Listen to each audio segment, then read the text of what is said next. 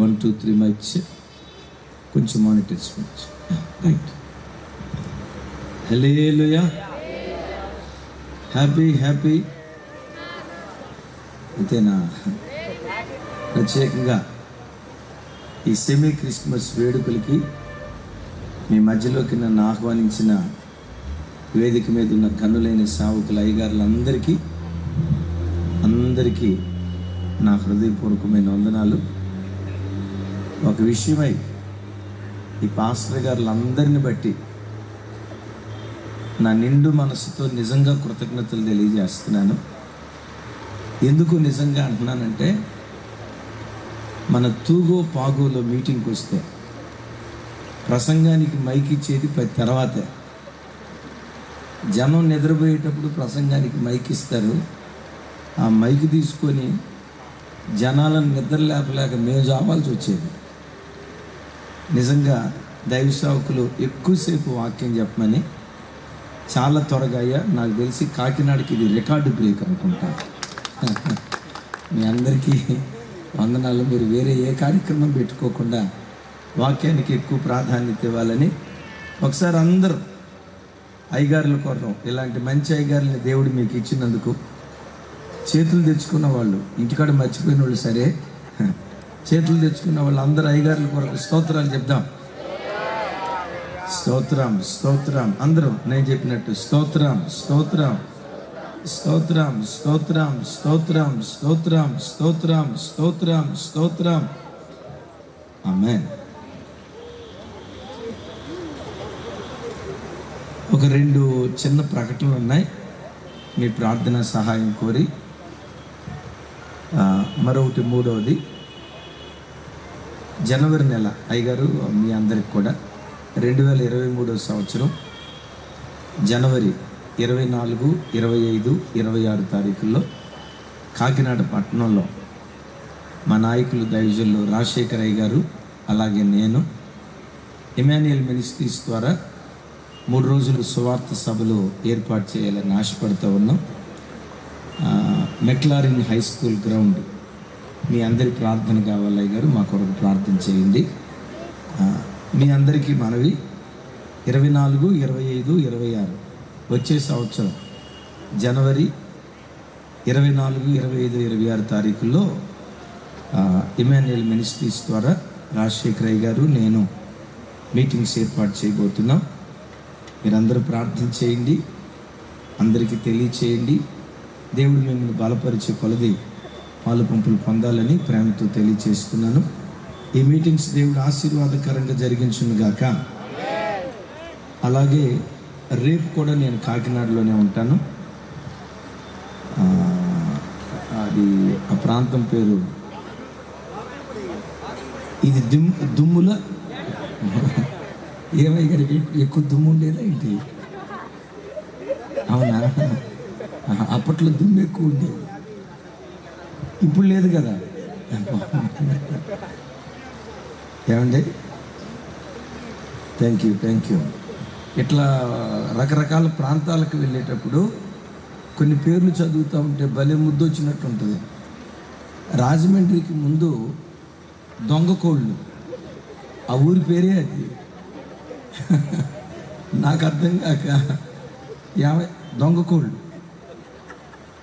ఈ ఊరోళ్ళకి ఇంకో పేరు దొరకలేదా, దొంగకోళ్ళు పెట్టారు. ఏంటంటే ఆయన చెప్తాడు, ఒకప్పుడు ఆ ఊరిలో ఉన్న వాళ్ళు ఏ పని చేయకుండా పక్కమటి ఊర్లకు వెళ్ళి కోళ్ళు దొంగతనం చేసేవాళ్ళు అంట. సో చిరస్మరణీయంగా ఆ ఊరు గుర్తుండటానికి దొంగకోళ్ళని పెట్టారు. సరే, ఏదేమైనా రేపు వాకలపూడి అనే ప్రాంతంలో ఉంటాం. అవకాశం ఉన్నవాళ్ళు అక్కడ కూడా వచ్చి వాక్యం విని మేలు పొందగలరని ప్రేమతో తెలియచేస్తూ, ప్రత్యేకంగా నేను ఈ ప్రాంతానికి వచ్చేటప్పుడు Emmanuel ministries Hyderabad YouTube channel ద్వారా దేవుని వాక్యం వినే భక్తి కలిగిన ప్రజలు కాకినాడ పట్టణంలో చాలామంది ఉన్నారు.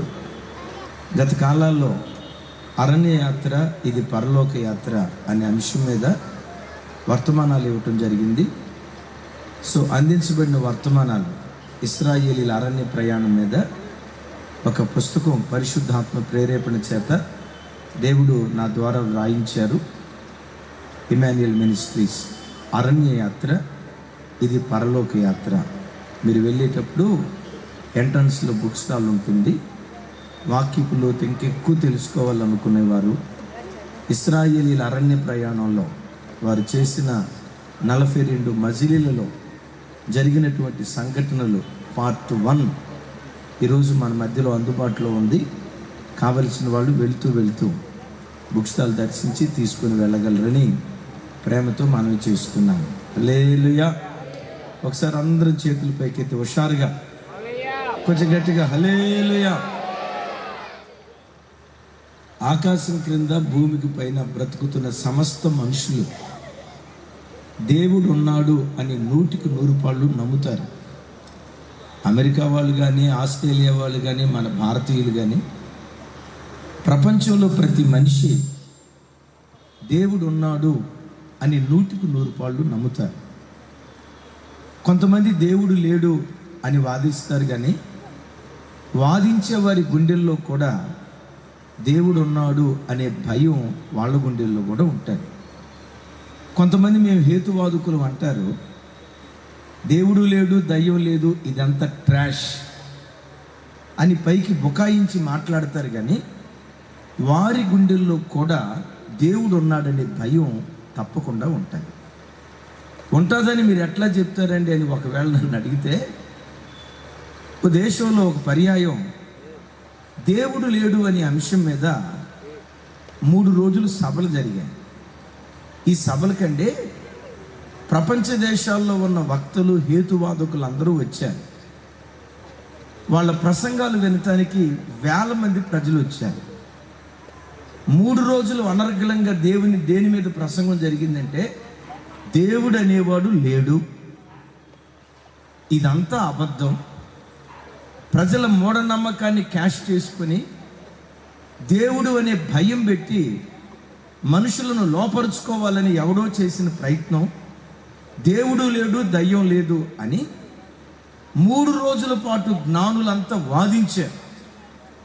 కూర్చున్న ప్రజలంతా ఈ వక్తల ప్రసంగాలు విని, ఒరి నిజమేరా, వీళ్ళు చెప్పేది నిజమే, అంతా సైన్సు, దేవుడున్నాడని అనవసరంగా మనం నమ్మాం, ఇంతకాలం మనం మోసపోయినట్టున్నామని చెప్పి కూర్చున్న వాళ్ళంతా దేవుడు లేడు అనే నిర్ణయానికి దరిదాపుగా వచ్చేసారు.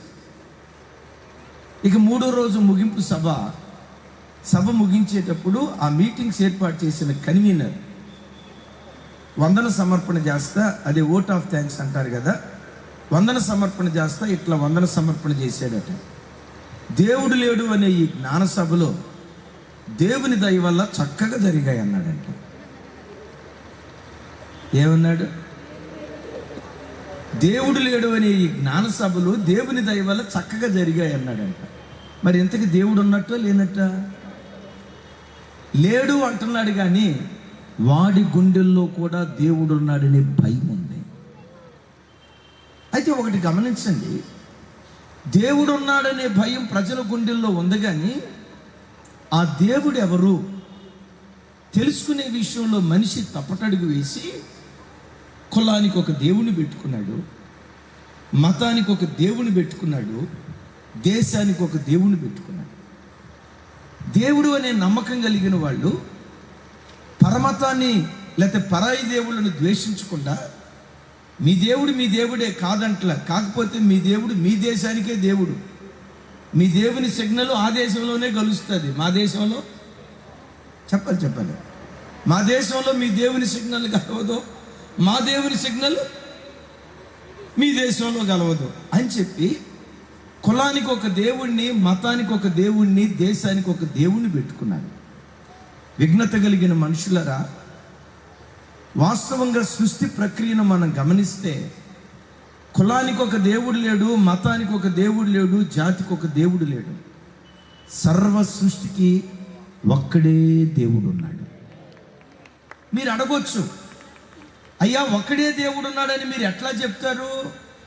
మేము కులానికి ఒక దేవుని పెట్టుకున్నాం, మతానికి ఒక దేవుని పెట్టుకున్నాం, దేశానికి ఒక దేవుని పెట్టుకున్నాం, మీరు ఒక్కడే దేవుడని ఎట్లా చెప్తారండి? గమనించండి, భారతదేశంలో కొంత తెలుసు, కానీ రోమా దేశంలో కానీ గ్రీసు దేశాలకు కానీ వెళ్తేనండి ఆ దేశాల్లో ఉన్నట్ట మనుషుల కంటే దేవుళ్ళు ఎక్కువ ఉండేవాళ్ళంట. ఒక జోక్ ఉండేది, ఆ దేశాల్లో దేవుళ్ళు ఎక్కువైపోయి ట్రాఫిక్ జామ్ అయిపోయి ఉండేదంట. అంటే అంత విస్తారమైనటువంటి దేవీ దేవతలు ఉండేవాళ్ళు. ఎక్కడ? రోమా దేశంలో, గ్రీసు దేశంలో. కులానికి ఒక దేవుడిని, ప్రాంతానికి ఒక దేవుడిని పెట్టుకున్నాం, మీరు ఒక్కడే దేవుడని ఎట్లా చెప్తారండి అని మీరు అడిగితే, చూడండి, ఈ భూమండలం అంతటికి వెలుగునివ్వటానికి ఆకాశంలో ఎంతమంది సూర్యులు ఉన్నారు? ఏమో మీ కాకినాడలో 10 మంది ఉన్నట్టున్నారమ్మా, ఎవరేం చెప్పట్లా. ఈ సర్వ సృష్టికి వెలుగునివ్వటానికి ఎంతమంది సూర్యులు ఉన్నారు? రాత్రిపూట వెన్నెలనివ్వటానికి ఎంతమంది చంద్రులు ఉన్నారు? మనుషుడు నివసించటానికి ఎన్ని భూమండలాలు ఉన్నాయి? ఒక్కడే సూర్యుడు, ఒక్కడే చంద్రుడు, ఒక్కటే భూమి. ఇవన్నీ ఒక్కటే ఎందుకున్నాయో తెలుసా? వీటన్నిటిని కలుగు చేసిన దేవుడు ఒక్కడే గనుక. అర్థమవుతుందండి? ఒకవేళ నిజంగా మనుషులు అనుకున్నట్లుగా కులానికి ఒక దేవుడు ఉంటే, మతానికి ఒక దేవుడు ఉంటే, ఆకాశంలో కూడా చెప్పాలి ఆకాశంలో కూడా మతానికి ఒక సూర్యుడు ఉండేవాడు, కులానికి ఒక సూర్యుడు ఉండేవాడు. విఘ్నత కలిగిన మనుషులారా, ఇది మత మార్పిడి కాదు. దేవుడిచ్చిన నీ జ్ఞానంతో ఒక్కసారి ఆలోచించు. ఎందుకు ఒక్కడే సూర్యుడు ఉన్నాడు? ఎందుకు ఒక్కడే చంద్రుడు ఉన్నాడు?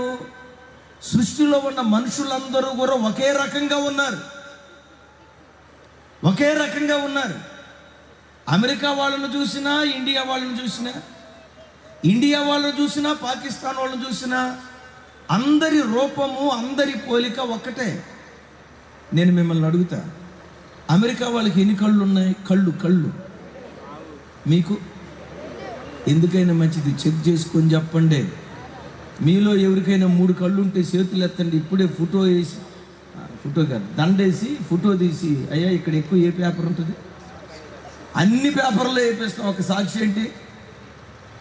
ఇక్కడ ఎవరికైనా 3 కళ్ళు ఉంటే, 3 కళ్ళు ఉన్నవాళ్ళు, 10 తలకాయలు ఉన్నవాళ్ళు ఎవరైనా ఉంటే మీ చేతులు పైకెత్తండి. ఇప్పుడే మీ ఫోటో తీసి మొత్తం సోషల్ మీడియా అంతా పోస్ట్ చేస్తాం. అమెరికా వాడికి 2 కళ్ళు, భారతీయుడికి 2 కళ్ళు. అమెరికా వాడికి 2 చేతులు, భారతీయుడికి 2 చేతులు. శ్రీలంకోడికి తలకాయ పైన ఉంటుంది, ఎవరికైనా తలకాయ కింద ఉంది, అప్పుడు చూసుకోండి. ఎందుకు? వాక్యం వింటున్న బిడ్డలారా, అమెరికా దేశస్తులను ఏ దేవుడు కలుగు చేశాడో భారతీయులను కూడా అదే దేవుడు కలుగు చేశాడు. భారతీయులను ఏ దేవుడు సృష్టించాడో ఇంగ్లాండ్ దేశస్తులను కూడా అదే దేవుడు సృష్టించాడు. మనమందరము ఒకే దేవుని చేతి పని అయి ఉన్నాము. ఒకే దేవుని చేతి పని కాకపోతే ఏం జరిగేదో తెలుసా? అమెరికా దేవుడు అమెరికా వాళ్ళను కలుగు చేసినప్పుడు వాళ్ళకు 2 కళ్ళు పెడితే, మన దేశపు దేవుడు అమెరికా దేశపు దేవుడు కంటే గొప్పోడు అనిపించుకోవాలిగా. అప్పుడు నీకెన్ని కళ్ళు ఉండేయో తెలుసా?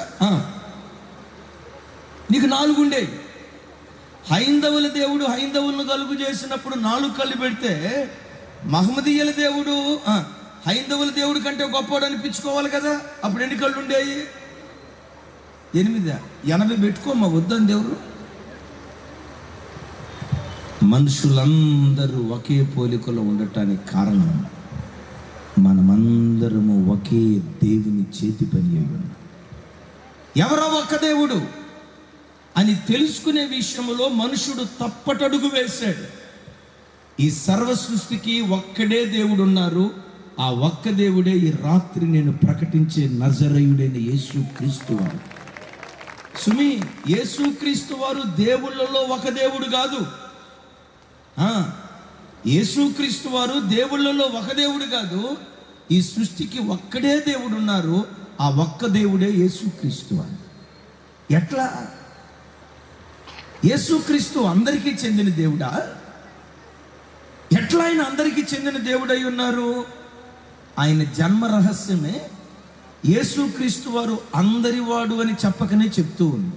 చూడండి ఆ మాట, లూకా సువార్త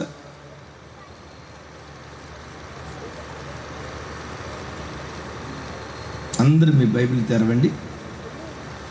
మ్యాక్సిమం నేను ఎక్కువ రెఫరెన్స్లు చెప్పను, తక్కువే చెప్తా. చెప్పిన 2-3 రెఫరెన్స్లు అయినా కొంచెం బైబిల్ తెరిచి చూడండి. లూకా సువార్త 2వ అధ్యాయం 10-11 వచనాలు. నాతో కలిసి అందరూ ఈ మాట చెప్పండి. థ్యాంక్ యూ పాస్టర్ గారు, థ్యాంక్ యూ. నాతో కలిసి అందరూ చెప్పండి, కొంచెం పెద్దగా చెప్పండి. అయితే ఆ దూత, అమ్మ చెప్పాలి గట్టిగా, అయితే ఆ దూత, అమ్మ ఇంటికాడ గొంతులు తెచ్చుకోండి అమ్మా. ఇంటికాడ ఏ స్కేల్ ఉంటుంది? High scale. ఇది కొళాయి దగ్గర ఏమంటారు? కొళాయి అంటారు, అంతే కదా? రైట్, అక్కడ గొంతు తెచ్చుకోవాలి ఇక్కడ. అయితే ఆ దూత, అది అయితే ఆ దూత, భయపడకుడి, ఇదిగో ప్రజలందరికీ కలగబోవు మహా సంతోషకరమైన సువర్తమానము నేను మీకు తెలియజేయుచున్నాను. ఏంటా సువర్తమానం? దావీదు పట్టణమందు నేడు రక్షకుడు మీ కొరకు పుట్టి ఉన్నాడు, ఈయన ప్రభు అయిన క్రీస్తు. చప్పట్లు కొడుతూ దేవునికి స్తోత్రాలు చెప్తాం. అందరూ తలలు పైకెత్తండి. నా వైపు చూస్తూ నాతో కలిసి ఈ మాట చెప్పడానికి ప్రయత్నించండి. ఇదిగో, మరలా ఇదిగో ప్రజలందరికీ కలగబోవు మహా సంతోషకరమైన సువర్తమానం. ఇంకొకసారి, ఇదిగో ప్రజలలో కొందరికి కలగబోవు సువర్తమానం అని రాయబడిందా? రాయబడిన మాట ఏంటంటే, ఈ వార్త, ఈ సువార్త ఏదో కొందరికి చెందింది కాదు, అమెరికా వాళ్ళకి మాత్రమే చెందింది కాదు, ఆస్ట్రేలియా వాళ్ళకి మాత్రమే చెందింది కాదు. దూత చెప్పకనే చెప్తున్న మాట, ప్రజలందరికీ కలగబోవు మహా సంతోషకరమైన సువర్తమానము. యేసుక్రీస్తును గూర్చిన వార్త అండి, కొంతమంది ప్రజలకు చెందింది కాదు. బైబిల్లో రాయబడిన మాట చెప్పండి, ప్రజలందరికీ కలగబోవు. ఎందరికి? యేసుక్రీస్తు వారు కొందరికి చెందిన దేవుడు కాదు. యేసుక్రీస్తు వారు ఎవరై అంటే అందరివాడు. చెప్పండి, ఎందరివాడు? మీలో కొంతమంది నవ్వుకుంటున్నారు. అందరివాడు అంటంతో చిరంజీవి అనుకునేరు కాక. వినండి, యేసుక్రీస్తు వారు అందరివాడు. యేసయ్య దగ్గర ఈ దేశం నాది, ఆ దేశం నాది కాదు అనే దేవుడు కాదు. యేసుక్రీస్తు వారు అందరికీ చెందినటువంటి దేవుడు. మరి ఎవరు కనిపెట్టారో నాకు తెలియదు కానండి, వాడు ఎవడో పనికి మాలినోడు ఒక మాట అన్నాడు, యేసు ప్రభు దేవుడే కానండి, కాకపోతే తెల్లోళ్ళ దేవుడండి అన్నారు. నిజంగా యేసు ప్రభువే కనుక తెల్లోళ్ళ దేవుడు అయి ఉంటే నాలాంటి నల్లోళ్ళంతా అన్యాయం అయిపోయి ఉండేవాళ్ళు. పాస్టర్ గారు మీరు కూడా, యేసు ప్రభు నిజంగా తెల్లోళ్ళ దేవుడే అయి ఉంటే సత్యనారాయణ గారు మీ పని కూడా అవుతే. యేసు ప్రభు వారు కేవలం తెల్లోళ్ళ దేవుడే అయి ఉంటే నల్లోళ్ళంతా అన్యాయం అయిపోయి ఉండేవాళ్ళు. తమ్ముడా, నువ్వు సఫారీ చేసుకొని వచ్చావు, నీ పని కూడా అవుతే.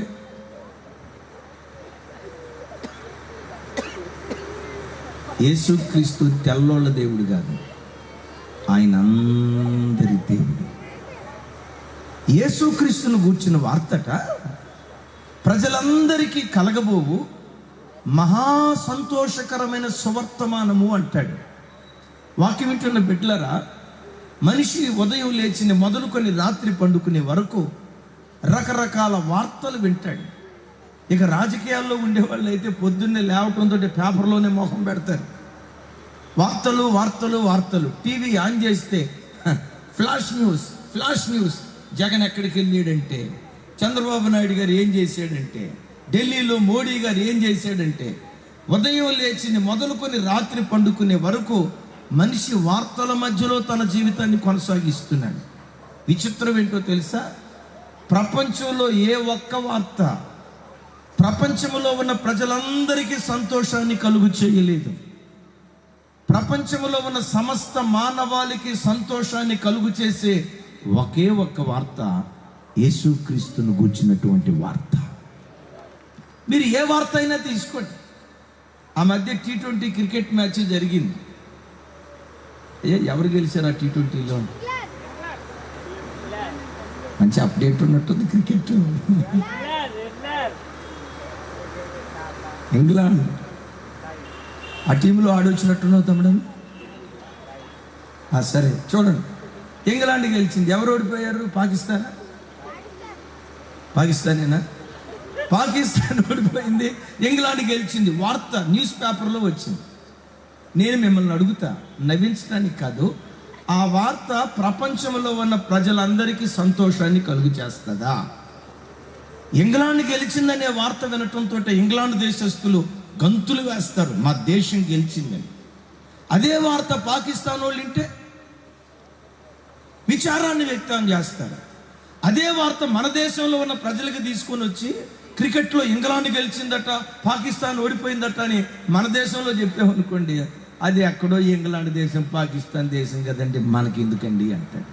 అంతే కదా? కదా చెప్పాలి అంతే కదా? అది ఇంగ్లాండ్ దేశానికి సంబంధించింది కదండి, పాకిస్తాన్కి సంబంధించి ఇది మంద కాదు కదా అంటారు. అయ్యలారా, ప్రపంచంలో ఏ ఒక్క వార్త ప్రజలందరికీ సంతోషాన్ని కలుగు చేయబోదు. ఒకవేళ ఈ రాత్రి నేను ఇట్లా ప్రకటన చేశాను అనుకోండి, నేను అట్లా చేయట్లా అనుకోండి. ఏమని? ఈ రాత్రి సెమీ క్రిస్మస్ కూడికి ఎంతమంది అయితే వచ్చారో వచ్చిన వాళ్ళందరికీ తలో ₹1,00,00,000 ఇస్తున్నాను అని అన్నా అనుకోండి. ఎవరికి ఇట్లా వచ్చిన వాళ్ళందరికీ తలో ₹1,00,00,000 ఇస్తున్నానని చెప్పాను అనుకోండి, ఎవరికి ఈ వార్త ఎవరికి సంతోషంగా ఉంటుంది? ఆ పక్కింటి ఉన్న వాళ్ళు, ఇది మీటింగ్కి వచ్చిన వాళ్ళకి కదండి, అయ్యయ్యో మేము కూడా మీటింగ్కి వస్తే బాగుండేది, అయ్యయ్యో ఇది మీటింగ్కి వచ్చిన వాళ్ళకి కదండి అని అంటారు. నేనంట, ప్రపంచంలో మనుషులందరికీ ఒక వార్త దుఃఖాన్ని కలుగు చేస్తే మరొకరికి సంతోషాన్ని కలుగు చేస్తుంది, ఇంకొందరికి అది మనకు చెందింది కాదు కదా అని నిర్లిప్తంగా ఉంటారు.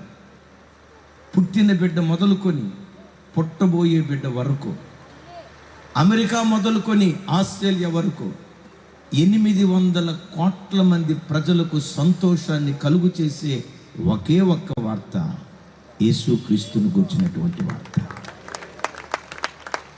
ఎందుకో తెలుసా? ఆయన అందరి వాడు. యేసు ఏ కొందరికో చెందినవాడు కాదు. ఒకసారి అద్భుతమైన సాక్ష్యం. మహారాష్ట్ర రాష్ట్రంలో నారాయణ్ వామన్ తిలక్ అనే ఒక సనాతన బ్రాహ్మణ కుటుంబంలో పుట్టిన ఆయనకి నిజదేవుడు ఎవరో తెలుసుకోవాలి అనే ఆశ కలిగింది. నారాయణ్ వామన్ తిలక్, చూడండి, ఆయన పేరు మీరు వినుండకపోవచ్చు, కానీ సోషల్ స్టడీస్లో తిలక్ అనే పేరు ఎప్పుడైనా విన్నారా? తిలక్ అనే పేరు కలిగిన ఆయన పేరు ఎక్కడైనా విన్నారా? ఉన్నాడు ఒక ఆయన, మా కళ్యాణ్ గారు చెప్తాడు, రాజకీయాలు బాగా అప్డేట్. బాలగంగాధర్ తిలక్ కదా, స్వతంత్ర సమరయోధుడు. బాలగంగాధర్ తిలక్ గారు ఎవరయ్య అంటే సనాతన బ్రాహ్మణ కుటుంబానికి చెందినవారు. ఈ సనాతన బ్రాహ్మణ కుటుంబానికి చెందిన బాలగంగాధర్ గారి సమీప బంధువే నారాయణ వామన్ తిలక్. ఆయన గుడ్డిగా దేన్ని పడితే దాన్ని దేవుడు అనేవాడు కాదు. ఆయనకి చిన్నతనం నుంచి నిజదేవుడు ఎవరో తెలుసుకోవాలనే జిజ్ఞాస ఉండేది. ఆయన మనసులో ఉన్న ఆలోచనలు ఏంటో తెలుసా? దేవుడు అనేవాడు నంబర్ 1 మొట్టమొదట అందరి వాడై ఉండాలి. రెండవది, దేవుడు అనేవాని దగ్గర సమానత్వం ఉండాలి. ఈ కులం పెద్ద కులం, ఈ కులం తక్కువ కులం, ఇట్లాంటి భేదాలు దేవుని దగ్గర ఉండకూడదు.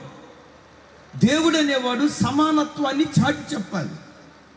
అందరికీ చెందిన దేవుడు ఎవరు? సమానత్వాన్ని చాటి చెప్పిన దేవుడు ఎవరు? మూడవదిగా, దేవుడు అనేవాడు ఒక ఉన్నతమైన పరిశుద్ధత కలిగిన వాడిగా ఉండాలి.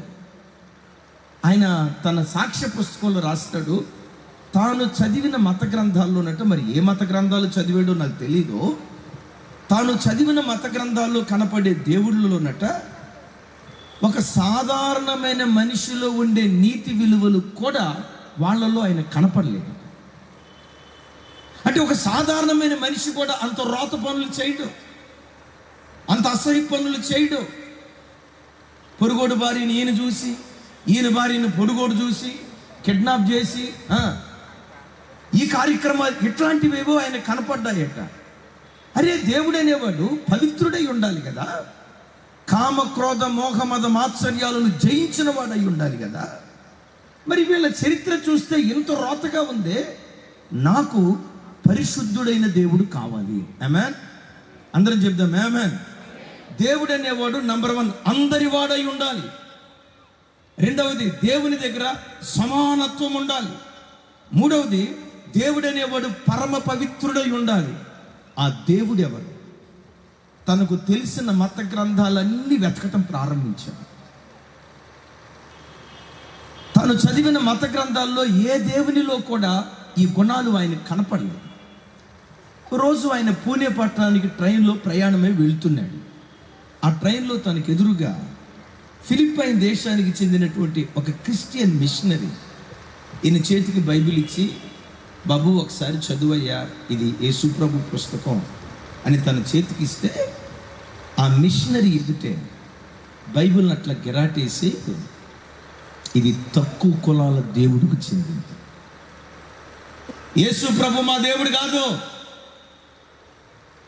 అమెరికా దేవుడిని మా దగ్గరికి తీసుకొచ్చి ప్రకటిస్తున్నారు, పొర్రపాటున యేసు క్రీస్తు మాట చెప్పావా నేను పొరపాటును ఊరుకోనని బైబిల్ అట్లా గిరాటేశాడట. అప్పుడు ఆ ఫిలిప్పైన్ మిషనరీ అన్నాడట, బాబు ఒక్కసారి చదువు, నిజంగా ఈ బైబిల్లో రాయబడిన దేవునిలో తప్పు ఉంటే చించేసి, నేను వద్దంటున్నా. దేనైనా తిరస్కరించే ముందు దాని లోపల ఏముందో తెలుసుకొని కదా తిరస్కరించాలి. నా కోసం ఒకసారి చదువు బాబు అన్నాడట. సరే, ఆ పెద్ద ఆయన ఆ మాట అన్నాడు కదా అని కాదనకుండా బైబిల్ తీసుకెళ్ళాడు. కానీ 3 నెలల పాటు అసలు బైబిల్ ముట్టుకోలేదట. ఒకరోజు ఎందుకో ఖాళీగా ఉండేసరికి అసలు ఈ బైబిల్లో ఏమి రాసిందో చూద్దామని కూర్చొని బైబిల్ చదవటం ప్రారంభించింది. కూర్చున్న చోట నుంచి లేవకుండా 3 రోజుల్లో బైబిల్ అంతా చదివి పూర్తి చేసి 3వ రోజు ముగింపులో యేసుక్రీస్తును స్వరక్షకునిగా అంగీకరించాడు. అంగీకరించటమే కాదు, కొన్ని రోజుల తర్వాత పరిపూర్ణంగా యేసుక్రీస్తుని అంగీకరించి బాప్తిస్మం తీసుకొని ఏ చేతులతో బైబిల్ గిరాటేశాడో అదే చేతితో బైబిల్ పట్టుకొని మహారాష్ట్ర రాష్ట్రం అంతా తిరుగుతూ 100 సంఘాలు స్థాపించే గొప్ప దైవ సేవకుడిగా మార్చబడ్డాడు. ఇక్కడ మీకు ఒక మాట చెప్తాను. తను బాప్తిస్మం తీసుకొని తను పుట్టిన ఊరు అంటే తన కుటుంబం దగ్గరికి వెళ్ళాడు, తల్లిదండ్రుల దగ్గరికి, భార్య దగ్గరికి వెళ్ళాడు. ఎప్పుడైతే బైబిల్ తీసుకొని తను పుట్టిన ఊరు వెళ్ళాడో తల్లిదండ్రులు మొక్క మీద ఊసేశారు, భార్య కూడా ఊసేసింది.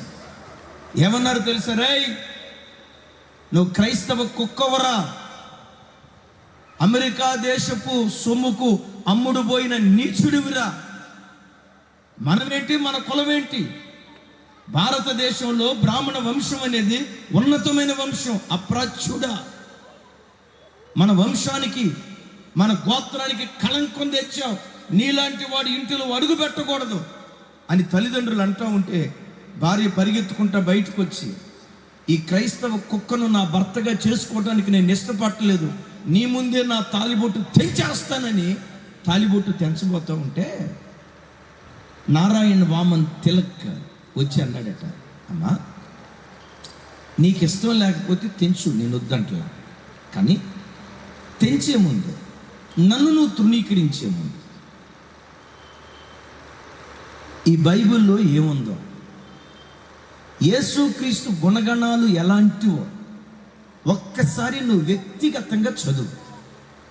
యేసుక్రీస్తులో ఏవైనా లోపం ఉన్నట్లుగా నీకు తెలిస్తే, ఆయన తక్కువ కులాలకు చెందిన దేవుడు అని గనక నీకు తెలిస్తే, ఏదో ఒక జాతికి సంబంధించిన వాడు అన్న సంగతి నీకు అనిపిస్తే, యేసుక్రీస్తు గుణగణాల్లో ఏవైనా నీకు లోపం కనపడితే నాకు చెప్పు. నీ ముందే క్రైస్తవ్యాన్ని వదిలేసి మన పాత ధర్మంలోకి నేను వస్తాను అన్నాడు.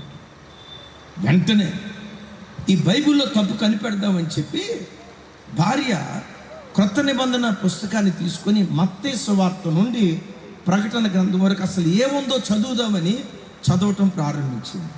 విచిత్రం ఏంటో తెలుసా? ప్రకటన గ్రంథం చదివి ముగించే లోపే భార్య కూడా యేసుక్రీస్తు ప్రభుని స్వరక్షకునిగా అంగీకరించి, అయ్యా, ఇంతకాలం నువ్వు ఏ దేవుని వెతుకుతున్నావో ఆ దేవుడు పరిశుద్ధ గ్రంథమైన బైబిల్లో ఉన్నాడు. ఏంటి నువ్వు వెతుకుతుంది? దేవుడు అనేవాడు అందరివాడు, రైట్? దేవుడు అనే వానిలో సమానత్వం ఉండాలి, రైట్? మూడవది, దేవుడు పరమ పరిశుద్ధుడై ఉండాలి. ఆ పరిశుద్ధత యేసుక్రీస్తులో నేను కూడా చూసానయ్యా. ఏ దేవుని నువ్వు ప్రకటిస్తున్నావో నేను ఆ దేవుణ్ణి ప్రకటిస్తూ బ్రతుకుతానని భార్యాభర్తలిద్దరూ కలిసి మహారాష్ట్ర రాష్ట్రమంతా తిరుగుతూ వందల సంఘాలు స్థాపించే గొప్ప దైవ సేవకులుగా మార్చబడ్డారు. చప్పట్లు కొడుతూ ప్రభుకి స్తోత్రాలు చెప్తా. గట్టిగా గట్టిగా హల్లెలూయ. ఇంకోసారి హల్లెలూయ. అందుకని దూత అంటాడు, ఇదిగో ప్రజలందరికీ కలగబోవు మహా సంతోషకరమైన సువర్తమానం, యేసుక్రీస్తు జననం సర్వ ప్రపంచ మానవాళికి సంతోషాన్ని కలుగు చేసింది. ఈరోజు ఈ వాక్యం వింటున్న బిడ్డలరా, యేసుక్రీస్తు వారికి ముందు బాప్తిస్మం ఇచ్చి యోహాను పుట్టారు. యోహానును గూర్చి దూత ఏం చెప్తాడో తెలుసా? ఇతడు పుట్టినందువల్ల అనేకులు సంతోషిస్తారు అని రాసింది. యోహాను పుట్టుక అనేకులకు సంతోషాన్ని కలుగు చేసింది. యేసుక్రీస్తు వారి పుట్టుక ప్రజలందరికీ సంతోషాన్ని కలుగు చేసింది. నేను మీతో ఇక్కడ ఒక మాట చెప్తాను. యేసయ్య పుట్టుక అందరికీ సంతోషం కలుగు చేసినట్లుగా, యోహాను పుట్టుక అనేకులకు సంతోషాన్ని కలుగు చేసినట్లుగా, ఈ క్రిస్మస్ దినాల్లో బ్రతుకుతున్న క్రైస్తవ బిడ్డలరా, నీ పుట్టుక కూడా నీ ఇంటి వారికి సంతోషాన్ని కలుగు చేయాలి. దేవుడు నీకు ఇచ్చిన నీ పుట్టుక కూడా కట్టుకున్న భార్యకి, కడుపున పుట్టినటువంటి పిల్లలకు, కన్న తల్లిదండ్రులకు నీ పుట్టుక సంతోషాన్ని కలుగు చేసే పుట్టుకగా ఉండాలి. నిన్ను కన్న తండ్రి నిన్ను చూసినప్పుడల్లా ఏమన్నాలో తెలుసా? ఇలాంటి కొడుకు నా కడుపును పుట్టడం దేవుడు నాకు ఇచ్చిన ధన్యత, దేవుడు నాకు ఇచ్చిన భాగ్యం. ఇలాంటి కుమార్తె నా కడుపును పుట్టడం ఇది దేవుడు నాకు ఇచ్చిన వరం అని నిన్ను కన్న గర్భం నిన్ను బట్టి తలెత్తుకునేటట్లుగా నువ్వు బ్రతకాలి. ఈరోజు ఈ వాక్యం వింటున్న భార్యాభర్తలారా, ఒక భర్త నిన్ను చూసి ఇలాంటి ప్రార్థనాపరురాలైన భార్య నాకు దొరకటం దేవుడు నాకు ఇచ్చిన భాగ్యం అయ్యా, ఇలాంటి సాత్వికురాలైన భార్య నాకు దొరకటం దేవుడు నాకు ఇచ్చిన కృపయ్యా అని ఏ భర్త నిన్ను కట్టుకున్నాడో ఆ భర్త నిన్ను బట్టి సంతోషించేటట్లుగా ఉండునుగాక. చెప్దాం ఆమేన్. తల్లులారా, నా వైపు చూడండి. కట్టుకున్న భర్త నిన్ను బట్టి సంతోషంగా ఉన్నాడా? ఇలాంటి భార్య నాకు దొరకటం దేవుడు నాకు ఇచ్చిన భాగ్యం. నా భార్య ప్రార్థనా పరురాలు, నా భార్య కన్నీళ్లు విడిచి రోధించే ఒక ప్రవక్తిని, ఇలాంటి పరిశుద్ధమైన ప్రవర్తన కలిగిన భార్య నాకు దొరకటం ఇది దేవుడు నాకు ఇచ్చిన ధన్యత అని నీ భర్త సంతోషిస్తున్నాడా? దొరక్క ఎట్టడి గయ్యాలి దొరికింది ఏంట్రా? ఇది గయ్యాలి గంప, రాకాశ రంప, సూర్యకాంతానికి అక్క, ఇట్లాంటి దొరికింది ఏంట్రా అని కట్టుకున్న భర్త గత్యంతరం లేక నీతో కాపురం చేస్తున్నాడా? కొన్నిసార్లు వివాహ వ్యవస్థలో ఎట్లుంటుందంటే, పెళ్ళైన కొత్తలో అంటాడు మా వాడు, మా బెదరం, కళ్ళు మూసినా నువ్వే, కళ్ళు తెరిచినా నువ్వే, నువ్వు లేకపోతే నేను బతకలేను అంటాడు. ఎప్పుడూ ఇవి పెళ్ళైన కొత్తలో డైలాగులు. నువ్వు లేకపోతే నేను బతకలేను అంటాడు. సంవత్సరం తర్వాత నువ్వు లేకపోతేనే బతికేటట్టున్నానే అంటాడు. పెళ్ళైన కొత్తలో ఏమంటాడు తెలుసా? నా దేవత లూసిఫర్ అక్క, సారీ నా దేవత అంటాడు. పెళ్ళైన 6 నెలల తర్వాత లూసిఫర్ అక్క అంటాడు. ఈరోజు కుటుంబాలు ఏమైపోయాయో చూడండి. భార్యను బట్టి ఏడ్చే భర్త. అయిలారా నా వైపు చూడండి. నిన్ను ఒక భార్య కట్టుకుందే, నిన్ను నమ్మి తన ఇంటిని విడిచిపెట్టి పేగు బంధాన్ని తెంచుకొని 21 సంవత్సరాలు ఒక తండ్రి తల్లి దగ్గర ఒక పుట్టింటిలో పెరిగి వివాహ వ్యవస్థ ద్వారా కుటుంబ వ్యవస్థను పేగు బంధాన్ని తెంచుకొని నీ ఇంట్లో అడుగుపెట్టిందే, నీవు కట్టుకున్న నీ భార్య ఈరోజు నిన్ను చూసి ఇలాంటి మంచి భక్తి కలిగిన భర్త నాకు భర్తగా దొరకటం దేవుడు నాకు ఇచ్చిన భాగ్యం అని నిన్ను కట్టుకున్న భార్య నిన్ను బట్టి ఆనందపడుతుందా? నిన్ను చూసి దొరక్క ఏమనుకోవద్దు చెప్తా. దొరక్క ఎట్టాడు సన్నాసుడు దొరికాడేంటి, ఇలాంటి తాగుబోతుడు దొరికాడేంటి, ఇలాంటి తిరుగుబోడు దొరికాడేంటి, ఇట్లాంటి వాడు దొరికాడు. చిన్నిళ్ళు పెద్దిళ్ళు 2 ఇళ్ళు మెయింటైన్ చేస్తున్నాడు. చిన్నిళ్ళు పెద్దిళ్ళు అంటే 2 ఇళ్ళు కట్టాడనా? 2 ఇళ్ళు కాదు, పెద్ద ఫ్యామిలీ చిన్న పేరు 2 కొంపలు పెట్టాడు. ఇట్లాంటి తిరుగుబోతు భర్త దొరికాడేంటని ఒకవేళ నమ్మి వివాహ వ్యవస్థ ద్వారా నీ జీవితంలో అడుగుపెట్టిన నీ భార్య ఒకవేళ నిన్ను గూర్చి ఏడుస్తుందేమో, కన్నా తల్లిదండ్రులు ఏడుస్తున్నారేమో. అయిలారా మీకు ఒక మాట చెప్తాను. దేవుడు మనిషికి ఇచ్చిన వాటిలో జీవితం చాలా విలువైంది. ఎందుకు జీవితం విలువైందో తెలుసా? దేవుడు నీకు ఇచ్చిన జీవితం ఒకే ఒక్క జీవితం. ఈ జీవితం పోతే మరలా తిరిగి రాదు. నీ భార్యను సంతోష పెట్టాలనుకుంటే ఒకే జీవితం. నీ భార్య దాటిపోయిన తర్వాత, నీ భర్త దాటిపోయిన తర్వాత, తల్లిదండ్రులు దాటిపోయిన తర్వాత వాళ్ళను ఎంత సంతోష పెట్టాలి నేను రొమ్ములు బాదుకున్న వాళ్ళు దాటి వెళ్ళిన తర్వాత నీకు దక్కరు. జీవితంలో ఏది పోగొట్టుకున్నా నువ్వు తిరిగి సంపాదించవచ్చు. చూడండి, ఈ కళ్ళజోడు పోగొట్టుకున్నా, 200 రూపాయలు పెడితే మరలా ఈ కళ్ళజోడు నాకు దొరుకుతుంది. నా చేతిలో మైకు పోగొట్టుకున్నా, ఒక 5,000 రూపాయలు పెడితే ఇట్లాంటి మైక్ ఇంకొకటి దొరుకుతుంది. నా చేతిలో సిజర్ ఉంది, ఈ సిజర్ పోగొట్టుకున్నా. 50 రూపాయలు పెడితే ఇంకొక సిజర్ దొరికింది. 100 రూపాయలు పెడితే 2 దొరుకుతాయి.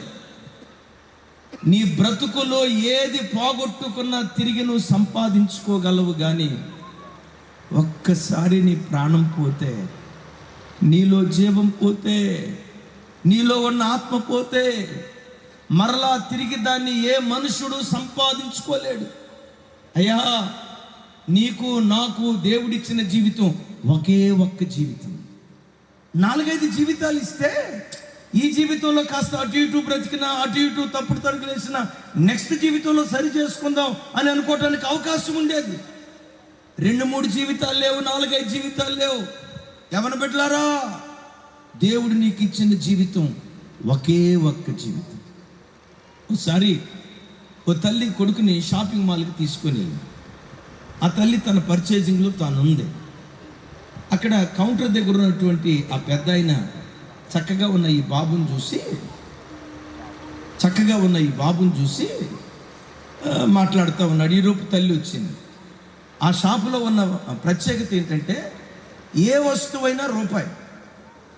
తల్లి ఆ కొడుకు రూపాయి ఇచ్చి, నాయనా ఈ షాపులో నీకు ఏ వస్తువు కావాలంటే తీసుకోరా అని రూపాయి ఇచ్చింది. వాడు షాప్ అంతా తిరిగాడు. అమ్మని షాప్ ఆయన్ని పిలిచాడు. సార్, ఇది చాలా బాగుంది, దీన్ని ప్యాక్ చేయండి అన్నాడు.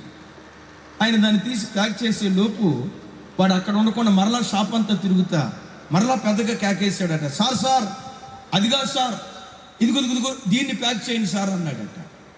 సరే, చిన్నపిల్లడు కదా ముచ్చట పడ్డాడని దీన్ని ఆపేసి రెండో దాన్ని తీసుకుంటే దాన్ని తీసుకొచ్చి ప్యాక్ చేస్తున్నాడు. రెండోది ప్యాక్ చేసే లోపు వాడు షాప్ అంతా తిరుగుతా మరలా కేకేశాడట. ఏమన్నా తెలుసా? సార్ సార్ సార్ అది కాదు సార్, ఇదిగో దీన్ని ప్యాక్ చేయండి సార్ అన్నాడట.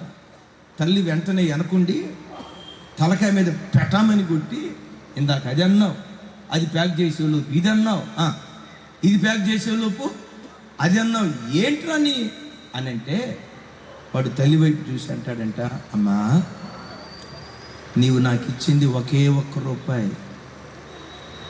ఈ ₹1 ఈ షాపులో ఉన్న వస్తువులన్నిటిలో ఉత్తమమైన దాన్ని నేను ఎన్నుకోవాలి. 2-3 రూపాయలు ఇస్తే చాయిస్ అది ఇది ఇది అది అని 2-3 నేను ఎన్నుకునేవాడిని. అమ్మా నువ్వు నాకు ఇచ్చింది ఒకే ₹1 అమ్మా, ఈ ₹1 ఉత్తమమైన దాన్ని నేను ఎన్నుకోవాలి. అయిలారా, కోవిడ్ దినాల్లో మన కళ్ళ ముందు, మన వాళ్ళు కళ్ళ ముందు ఆకులు రాలిపోయినట్లుగా రాలిపోయారు.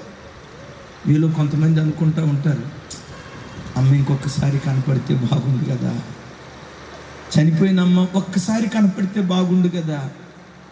ఈ 3rd wave 2nd wave Covid దినాల్లో దేవుడు నాకు ఇచ్చిన నా తల్లిని కూడా నేను కోల్పోయాను. ఎప్పుడైనా సడన్గా ప్రయాణాలు వెళ్తున్నప్పుడు సడన్గా అమ్మ గుర్తొస్తుంది. గుర్తొచ్చినప్పుడు అమ్మ ఒకసారి కనపడితే బాగుండే. ఒకే జీవితం, ఒకే జీవితం, ఒకే జీవితం. నువ్వు చనిపోయిన తర్వాత, ప్రాణం కోల్పోయిన తర్వాత దాన్ని తిరిగి పొందుకోవాలన్నా తిరిగి పొందుకోలేదు.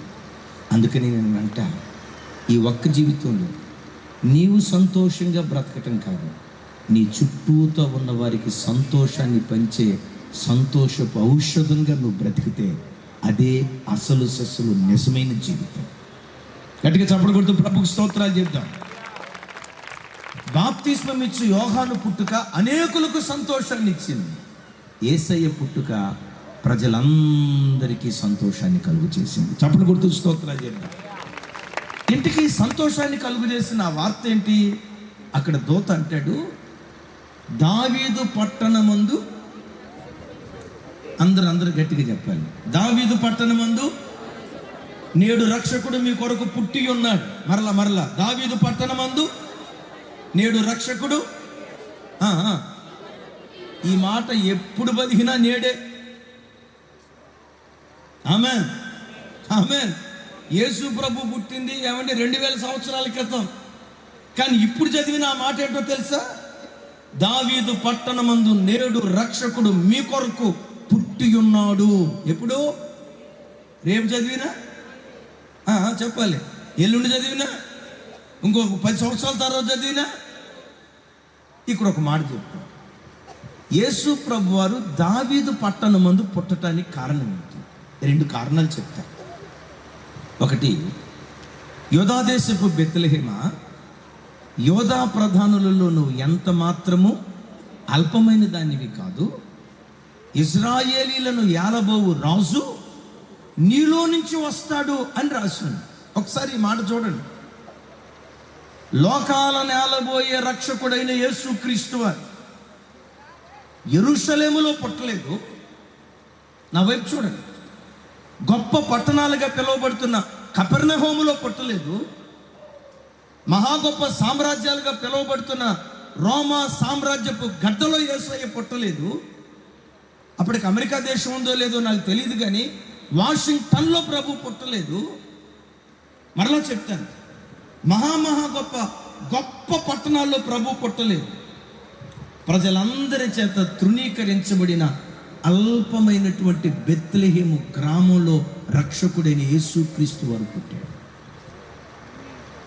ఆది నుంచి నా దేవుని మనసు ఎలాంటిదో తెలుసా?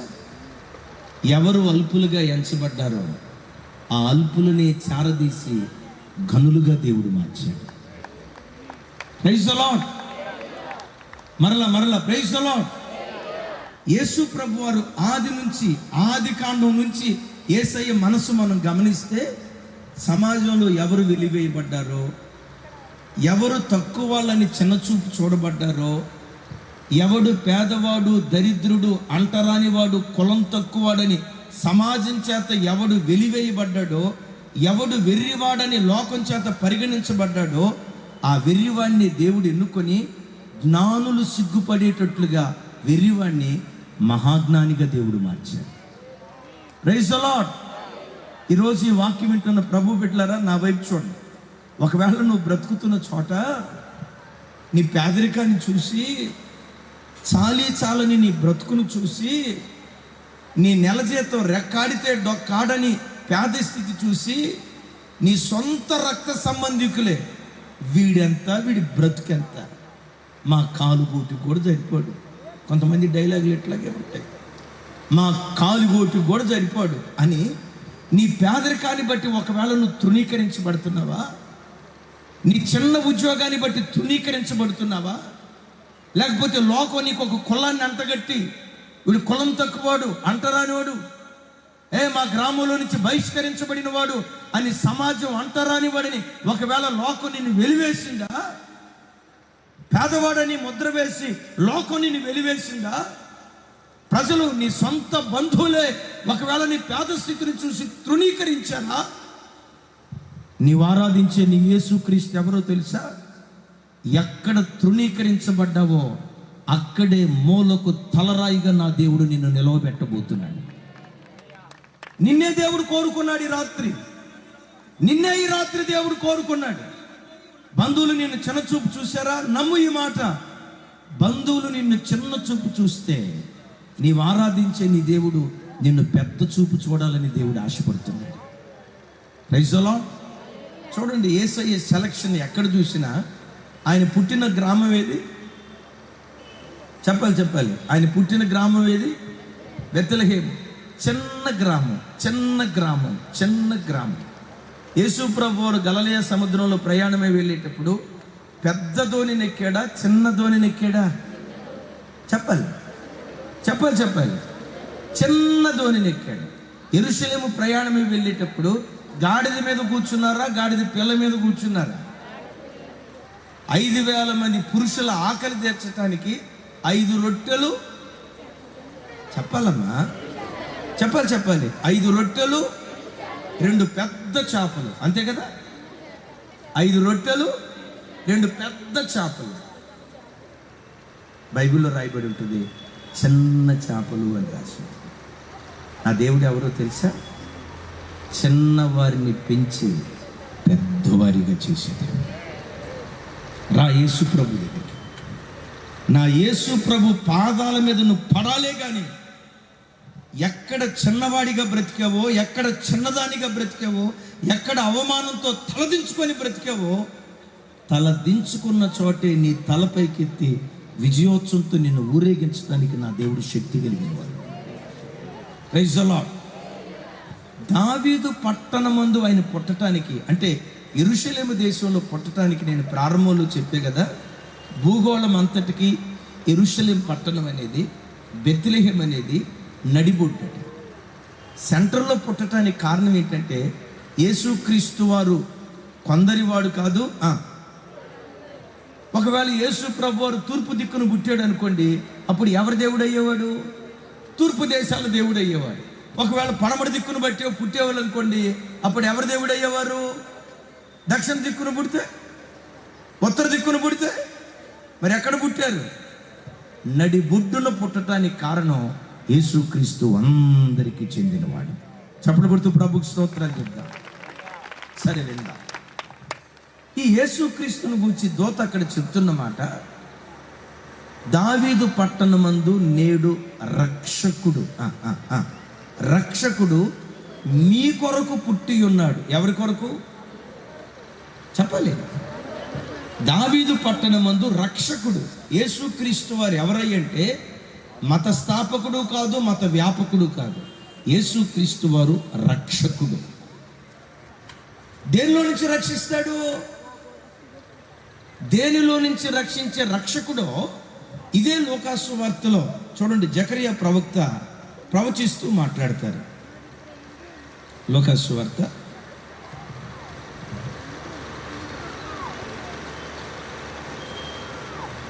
1వ అధ్యాయం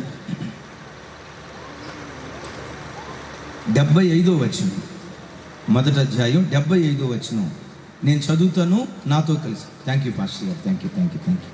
నాతో కలిసి అందరూ చెప్పండి.